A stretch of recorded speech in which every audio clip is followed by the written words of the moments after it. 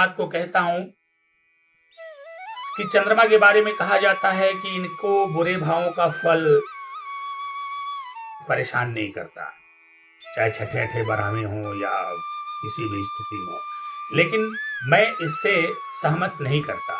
मेरा एक्सपीरियंस, मेरा अनुभव कहता है कि चंद्रमा बुरे भावों में अगर जाते हैं तो सबसे पहले ही प्रभावित हो जाते हैं, क्योंकि चंद्रमा मतलब जल।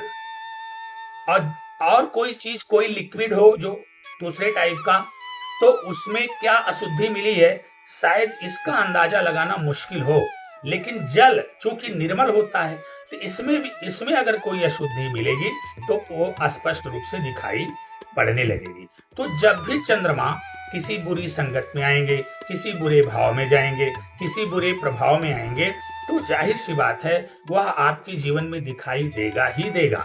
अब आइए बात करते हैं कि चंद्रमा जब छठवें भाव में आएंगे तो छठवां जो भाव है वहां पर जो राशि होगी वो बुध की राशि होगी।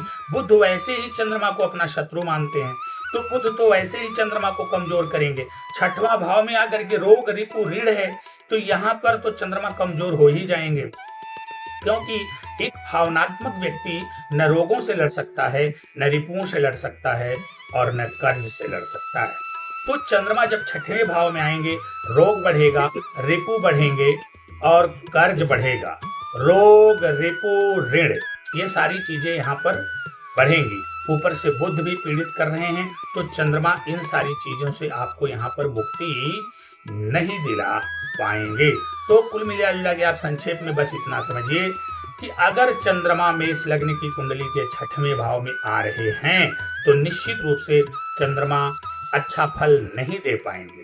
बुरा तो करेंगे नहीं चंद्रमा, लेकिन विवश हो जाएंगे, वो आपको अच्छा फल नहीं दे पाएंगे।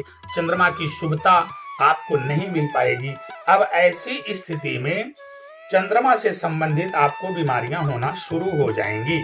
यहाँ पर अगर चंद्रमा बैठेंगे तो श्वास में समस्या होगी, फेफड़े से जुड़ी हुई समस्या होगी, स्नोफीलिया के भी शिकार आप हो सकते हैं, थायराइड के भी आप शिकार हो सकते हैं, माता को आपके कष्ट हो सकता है, इत्यादि इत्यादि।